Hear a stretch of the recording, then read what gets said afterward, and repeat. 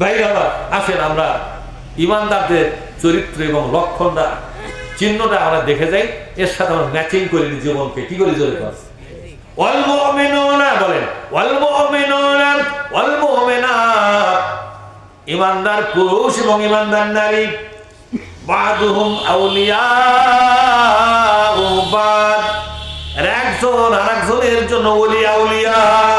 সুবহানাল্লাহ। ইমানদার পুরুষ তার নারীর কাছে ওলি,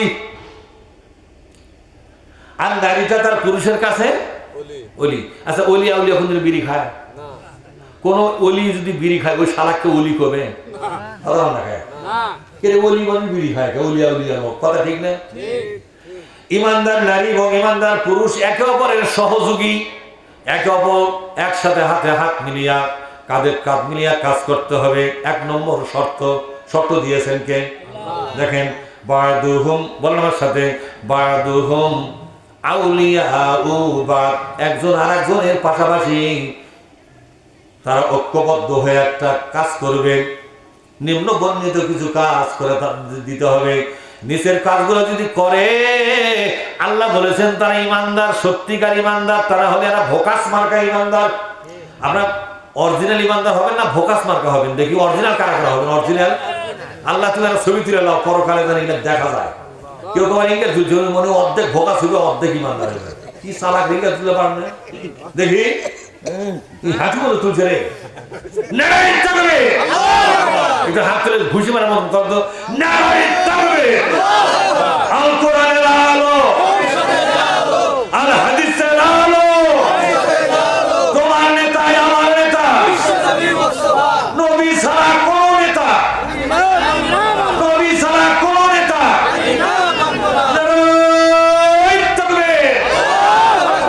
স্লোগান গেল কোথায় রে? এবার ইমানদার হওয়ার জন্য শর্ত হলো নারী এবং পুরুষ একই আন্দোলনে ঐক্যবদ্ধ হওয়া লাগবে। এমন একটা আন্দোলনের কথা আল্লাহ বলবে, ওই আন্দোলন করার জন্য নারী এবং পুরুষ একসাথে আসা লাগবে। কথা রাখা।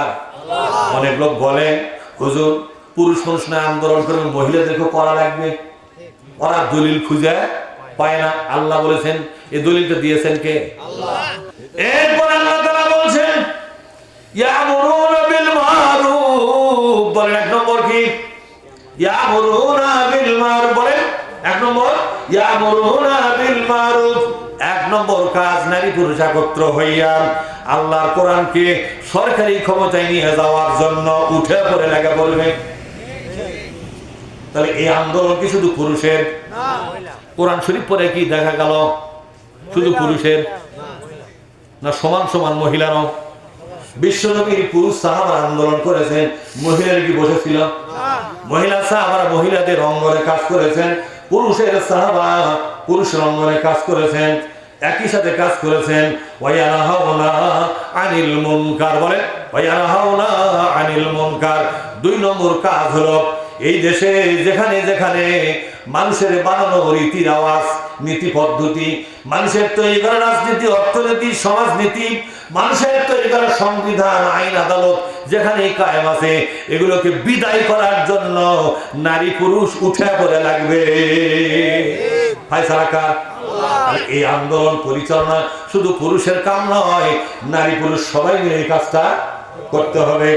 এবার আল্লাহ তাআলা বলছেন ওয়ায়ুকিমুনাস সালাহ, নামাজ কায়েম করতে হবে। নামাজ কায়েম কি একা একা নামাজ পড়ার নাম নামাজ কায়েম? না, নামাজ কায়েম হলো আযান হওয়ার পর গোটা দেশের মুসলমান জনগণ মসজিদে যাবে, পুরুষগুলা, মহিলারা ওযু বানায় যায় নামাজে চলে যাবে। এটা হলো নামাজ কায়েম। নামাজ না পড়লে সরকারি শাস্তি শুরু হবে, পুলিশ গ্রেফতার করবে, জেলখানায় নিয়ে যাবে। এরপরে নানা ধরনের আর্থিক এবং শারীরিক শাস্তি শুরু হবে। বলে এটা কি শুরু হয়েছে এখন? কথা মানে কি শুরু হয়েছে? তাহলে বোঝা গেল এখনো কিন্তু বাংলাদেশে নামাজ কায়েম হয় নাই।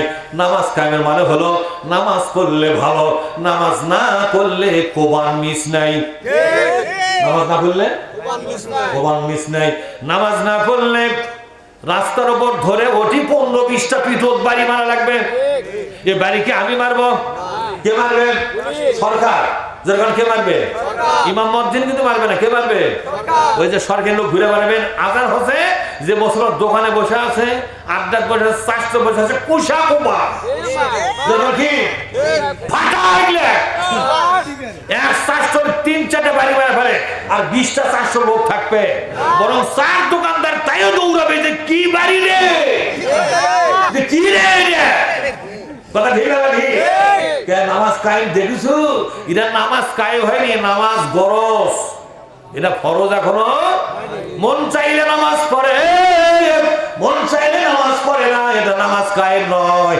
নামাজ কায়েম মানে হলো যে বলবে হাইয়া আলাস সালাত, তোমরা যারা মুসলমান আসো আসো নামাজের কাতারে আসো, আল্লাহকে সেজদা দিয়ে যাও। এই আজানের পরে ওসি দৌড়াবে জুমাই, এসপি দৌড়াবে জুমাই, ডিসি দৌড়াবে জুমাই, মেজর দৌড়াবে জুমাই, প্রেসিডেন্ট দৌড়াবে জুমাই, প্রধানমন্ত্রী দৌড়াবে জুমাই, অফিস আদালতের ফাইল বন্ধ হয়ে যাবে, গাড়ির চাকা বন্ধ হবে, হাট বাজারের দোকানঘাট বন্ধ হবে রে।